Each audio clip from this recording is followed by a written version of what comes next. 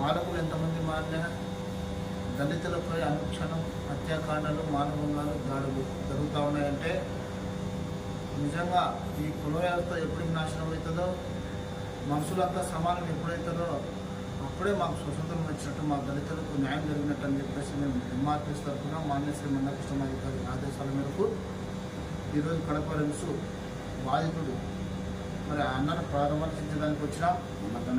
ఆయన పరిస్థితి చూస్తే నిజంగా వాస్తవంగా మేము ఈ అంధకారంలో బతుకుతున్నామా, మేము మనుషులం కాదా, మాకు వారికి ఏం తేడా ఉంది, వాళ్ళు అన్నమే కదా తినేది, మేము కూడా అన్నమే కదా తినేది. రాజ్యాంగ చట్టసభల్లో కూడా మేము అడుగుపెడుతున్నటువంటి రోజుల్లో కూడా కుల వివక్షతకు గురైపోయినటువంటి మా మీద దాడులు జరపడం నిజంగా సిగ్గుచేటు. నిజంగా చెప్పుకుంటే నాకు చాలా బాధగా ఉంది. ఈ విషయాన్ని మహాజననేత మాన్య శ్రీ మందకృష్ణమాధికారి అన్నగారికి తెలియజేయడం జరిగింది. స్వయాన బాధితులతోనే అన్న మీకేం భయం లేదు, నేను ఉన్నాను, మీరు ధైర్యం ఉండండి, ఏ సమస్యలైనా కూడా నేను పరిష్కరిస్తాను, రేపు 10వ తారీఖు నేను కడపకు వస్తున్నాను, మీ దగ్గరకు వచ్చి మిమ్మల్ని పరామర్శిస్తా, మీకు అన్ని విధాలుగా సహాయ సహకారాలు అందిస్తాం, మా ఎంఆర్పీఎస్ నాయకులు కూడా మిమ్మల్ని అక్కడ పంపించాం, మీరు అండగా ఉండండి అని చెప్పేసి ఆయన చెప్పడం జరిగింది.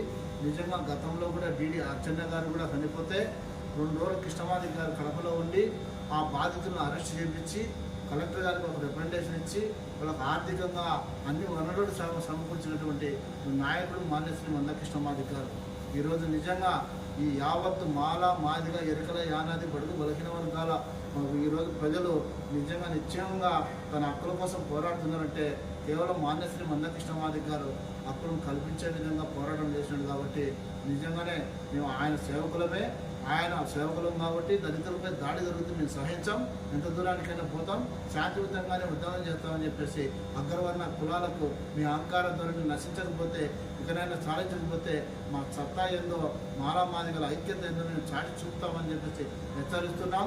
జాగ్రత్తగా ఖబర్దారుగా ఉండాలని చెప్పేసి చెప్తున్నాం. పోలీసు యంత్రాంగం కూడా కఠినంగా అతను ఏవైతే ఉందో attempt murder, SC/ST act case నమోదు చేసి వాళ్ళందరినీ కూడా జీవిత ఖైదీలుగా పరిగణించాలని చెప్పేసి, ఇటువంటి దాడులు జరగకుండా ప్రభుత్వము దగ్గర నుండి చర్యలు తీసుకోవాలని, పోలీసు యంత్రాంగాన్ని చురుగ్గా పనిచేసే విధంగా హోమ్ మినిస్టర్ గారు కూడా చర్యలు తీసుకోవాలని చెప్పేసి మేము డిమాండ్ చేస్తున్నాం. ఇంకొకసారి దళితులపై దాడి జరిగితే మా దళితుల దాడి సత్తా ఎందుకు చూపిస్తామని చెప్పేసి హెచ్చరిస్తున్నాం. ఓకేనా? అన్న మాట్లాడినట్టు